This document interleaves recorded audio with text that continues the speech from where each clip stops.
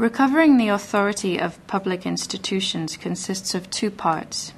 In the first, there is a study on the drift of Sri Lanka from a rule of law system to a non-rule of law system. It studies the loss of the supremacy of the law, where the paradigm has shifted from a system recognizing the separation of powers to one based on the absolute power of the executive president. Under the new situation, the military has become an arbiter on national issues. This has involved changes in law, changes of investigations into crimes and human rights abuses, the loss of the binding character of the law, the loss of the prestige of the Constitution as the paramount law, and the loss of respect for treaty obligations, as well as the weakening of the investigative mechanisms, the undermining of the prosecutorial system of the Attorney General's Department, and impunity eating away at fair trial and the judiciary. The next change is a point-by-point review of the government actions, or should we say inactions, regarding the recommendations made by several UN agencies. It is followed by a chapter on 5 overlapping conflicts and their implications on the Sri Lankan legal system. A detailed study of the issue of torture and the failures in prevention is studied together with a praxis perspective on subverted justice and the breakdown of the law in the country. The problem of police reform initiatives within a dysfunctional system is studied in a separate chapter. The second part of the book consists of the study of 200 complaints about torture out of about 1,000, researched for the purpose of this book.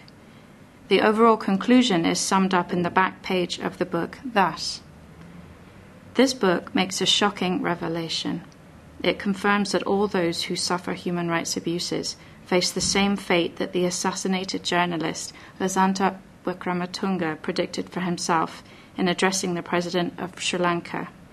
As he wrote, "In the wake of my death, I know you will make all the usual sanctimonious noises and call upon the police to hold a swift and thorough inquiry. But like all the inquiries you have ordered in the past, nothing will come of this one, too." The book is the product of nearly 15 years of work of many persons. Literally thousands of persons were interviewed, and hundreds of cases were pursued over the course of several years.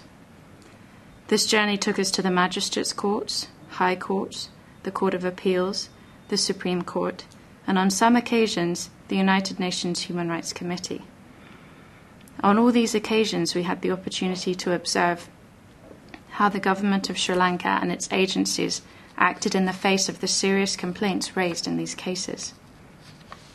The basis of this book is the detailed records of these cases. 200 cases of police torture, mostly from the south, have been summarized here. During most of this period, parts of the north and east were not under the control of the government of Sri Lanka. However, these cases are from the areas under government control and from places far away from the conflict.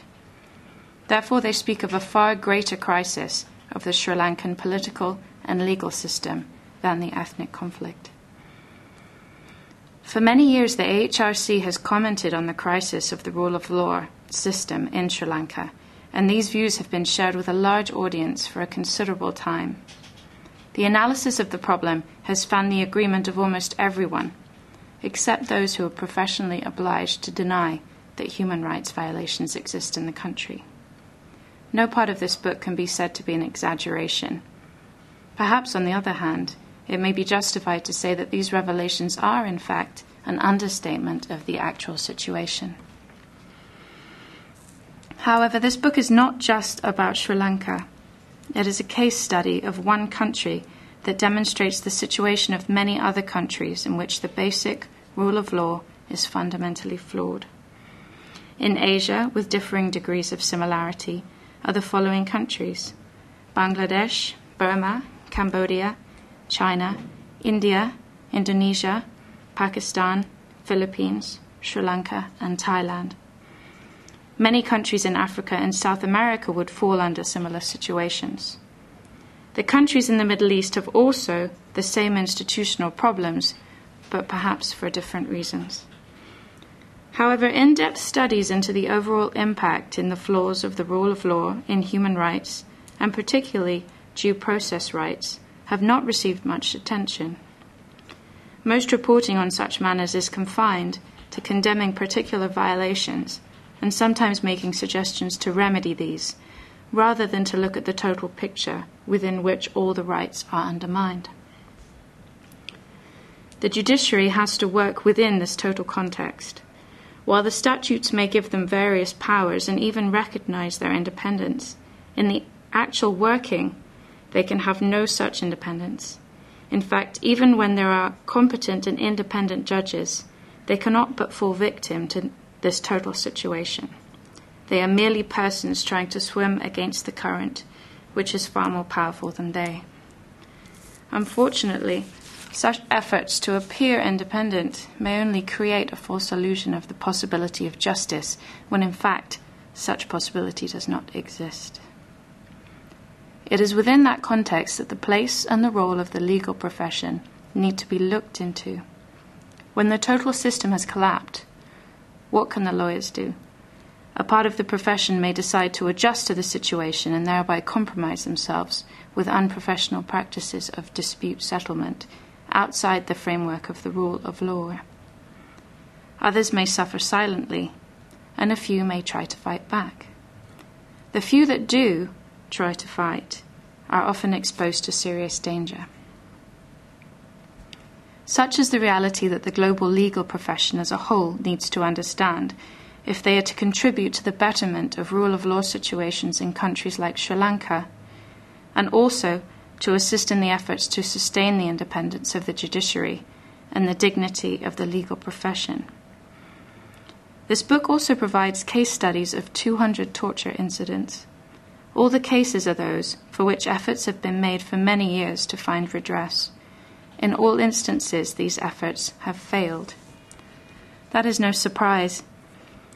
Where a rule of law system so seriously fails, it is not possible to safeguard any of the rights recognized in the International Covenant on Civil and Political Rights. Human rights efforts often become artificial when in such efforts no real attempt is made to address the overall rule of law issue. Mere pressure on governments to investigate torture can have little impact when the total system of criminal investigations suffers from serious failures.